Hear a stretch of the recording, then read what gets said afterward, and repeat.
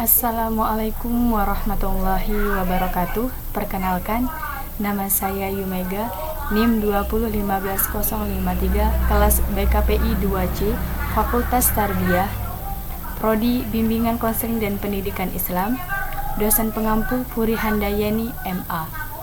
Di sini, saya akan menjelaskan tentang teori kepribadian dalam paradigma kognitif. Langsung saja, yang pertama yaitu tentang struktur kepribadian. Ada yang sudah tahu tentang struktur kepribadian manusia ini? Struktur kepribadian manusia adalah sistem konstruknya, atau konstruk merupakan cara menafsirkan dunia atau lingkungan sekitar kita. Konstruk merupakan konsep yang digunakan individu dalam menafsirkan atau mengkategorikan dan memetakan tingkah laku seseorang. Individu mengantisipasi peristiwa dan menafsirkan jawabannya. Dia mengalami peristiwa dan menafsirkan atau kemudian menempatkan struktur dan pengertian atas peristiwa tersebut dalam mengamati peristiwa-peristiwa tersebut. Yang selanjutnya adalah dalam mengkonstruksi persamaan dan perbedaan, sesuatu itu harus membimbing ke arah pembentukan suatu konstruk. Contoh, tentang konstruk hitam putih dengan konstruk kuantitas dapat diperhalus menjadi 4 penilaian, yaitu hitam, sedikit atau hampir putih, dan putih. Konstruk dikategorikan ke dalam cara yang bervariasi. Yang pertama, core atau inti, konstruk dari fungsi individu. Maksudnya adalah konstruk ini berfungsi atau bersifat individu atau bersifat tersendiri, seperti itu. Dan yang kedua adalah peripheral atau pinggir luar, konstruk yang dapat diubah tanpa modifikasi mendasar.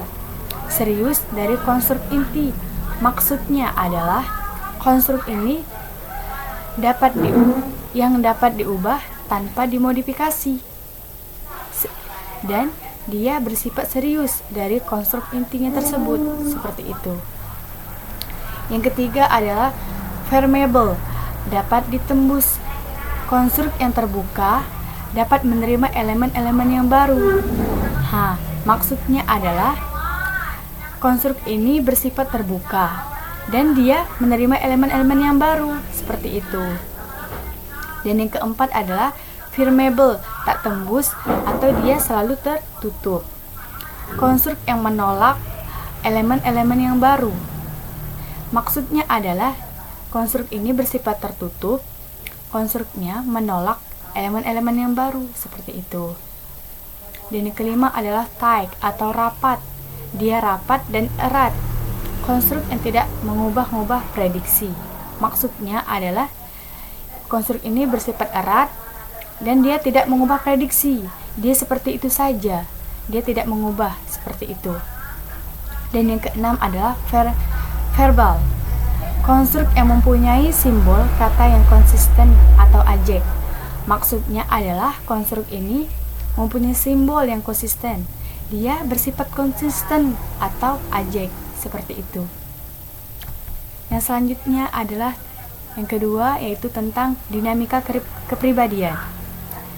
Ini adalah dinamika kepribadian dalam proses memandang tingkah laku manusia atau seseorang. Kelly tidak mendasarkan kepada teori tradisional tentang motivasi. Kelly tidak mengkonstruk tingkah laku behavior dalam istilah-istilah motivasi, drivers, dan needs. Dalam hal ini, Kelly merumuskan suatu postulat atau asumsi bahwa proses seseorang itu secara psikologis disembantani oleh cara dia mengantisipasi peristiwa. Postulat tersebut mengimplikasikan bahwa A. Individu mencari atau menyusun prediksi. Seorang individu mencari atau menyusun prediksi tersebut. Dan yang B adalah individu mengantisipasi peristiwa tersebut. Maksudnya adalah individu ini bersifat tersendiri. Dia mengantisipasi. Dia harus menjaga, seperti itu. Dan yang C adalah individu menggapai masa depan melalui jendela masa kini. Individu ini bersifat tersendiri. Dia menggapai masa depan melalui jendela masa kini atau masa sekarang, seperti itu. Yang selanjutnya adalah Kelly mengartikan konsep-konsep itu sebagai berikut. Yang pertama, anxiety, cemas, adalah suatu pengenalan atau pengakuan bahwa peristiwa-peristiwa yang dikonfrontasikan kepada individu terletak di luar sistem konstruknya. Dan yang kedua, threat atau ancaman, merupakan kesadaran akan ancaman terjadinya perubahan struktur ini. Konstruk dirinya, seseorang merasa terancam manakala dia merasa terjadinya goncangan dalam sistem konstruknya. Contoh, seseorang merasa terancam dengan kematian jika kematian itu dipersepsikan sebagai ancaman. Seperti itu. Yang selanjutnya atau yang ketiga adalah tentang perkembangan kepribadian. Berdasarkan pengamatan Shekhar 1963 pada teori kepribadian, Profesor Dr. Randes Samsu Yusuf LN.MPD, Kelly tidak pernah mengumumkan secara eksplisit tentang sistem konstruknya yang asli.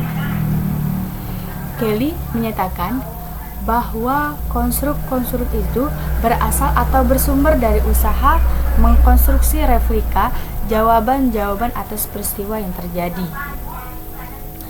Untuk mengembangkan kompleksitas kognitif atau struktur yang kompleks, maka kepada anak perlu, yang pertama, diberikan kesempatan untuk menguji berbagai peristiwa yang berbeda. Dan yang kedua adalah diberikan berbagai pengalaman yang beragam. Seperti itu. Nah, ini adalah contoh aplikasi teori kognitif.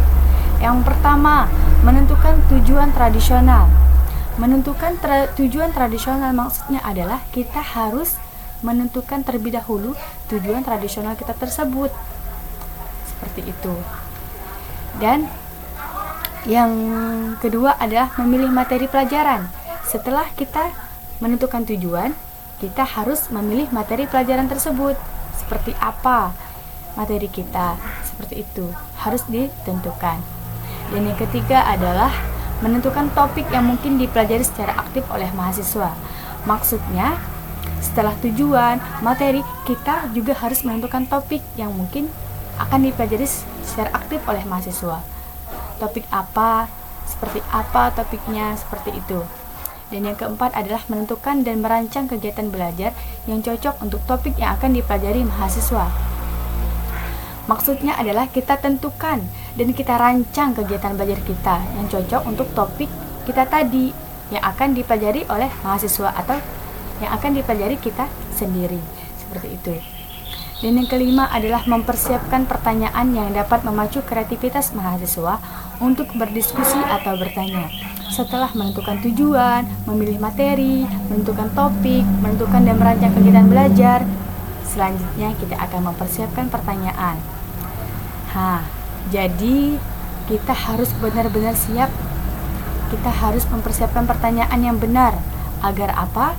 Agar kita dapat memacu kreativitas mahasiswa untuk berdiskusi atau bertanya. Seperti itu.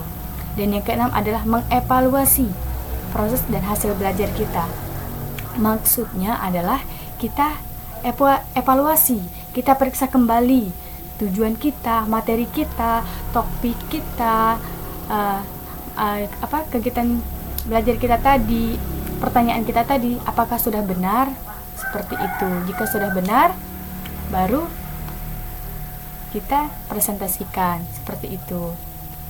Yang selanjutnya adalah tentang kelebihan dan kelemahan teori Kelly. Kelebihan teori Kelly lebih menekankan proses kognitif, yaitu berpikir sebelum bertindak.